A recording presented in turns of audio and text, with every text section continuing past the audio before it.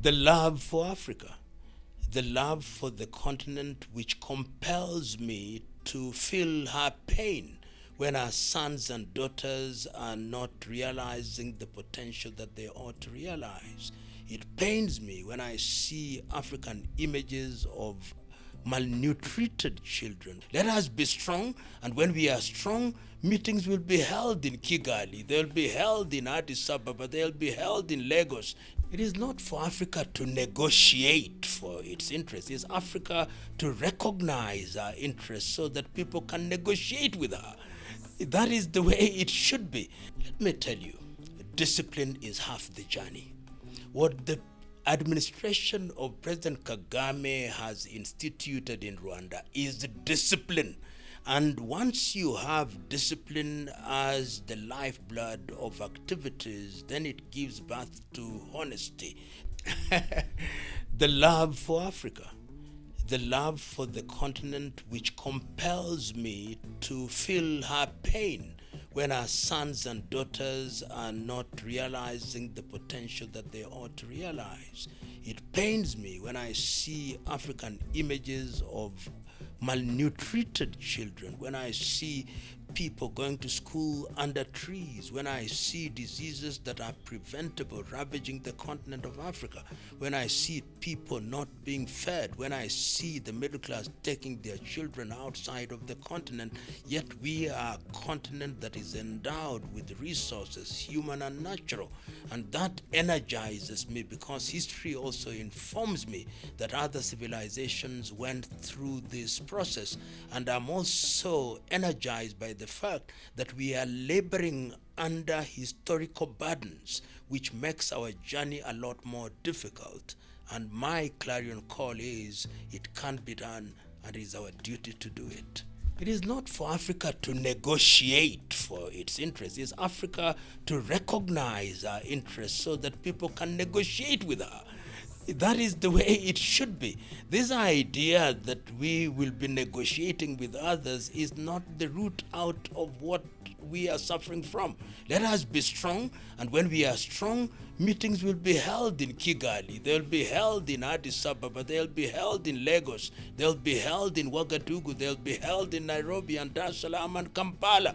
We'll not be going to Beijing and Paris and Rome and Sochi and the United States in Washington, D.C. Let us make ourselves the true cultural, economic and technological north for the world to gravitate towards, because this is the mother continent. What Africa is suffering, at least the majority of African countries, is unethical leaderships, greedy individuals in positions of leadership. And let us not confuse the accumulation of qualifications for education.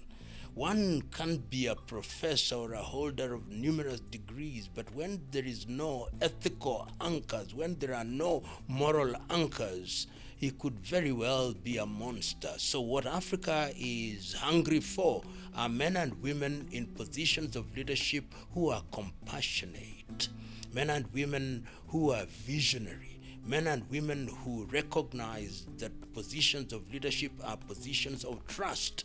When we have such men and women who want to leave their societies better than they found them, then that is what is called leadership. That is what is called patriotism. Let me tell you, discipline is half the journey. What the administration of President Kagame has instituted in Rwanda is discipline.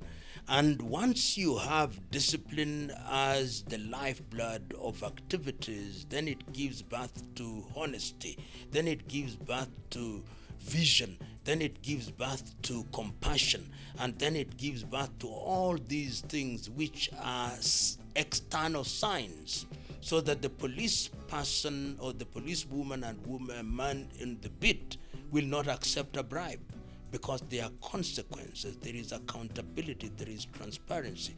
The contractor who has been given the task of doing the roads will not compromise standards. The minister who has been assigned duties will ensure that they deliver. And when this happens, and it is happening in Rwanda, then the country begins to see the dividend. The country does not need to talk about GDP. When you hear countries talking about GDP most of the time, those are statistics. People are talking about gross national happiness. You go to rural villages in Musanze and you talk to a woman or a man who is in the village. Are they happy? Are the schools delivering? Are the hospitals delivering? Is the agricultural sector working? And I think for the moment, the administration led by President Paul Kagame is doing that.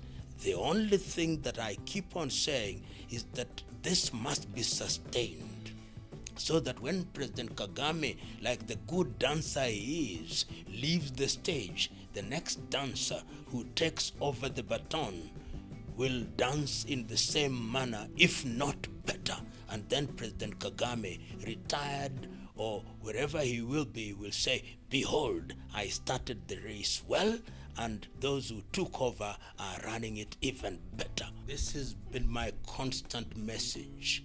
Use this God-given opportunity to serve so well.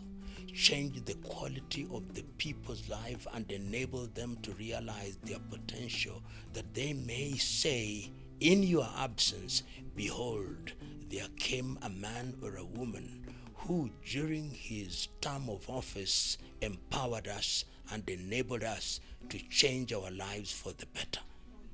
And that requires compassion and courage and humility.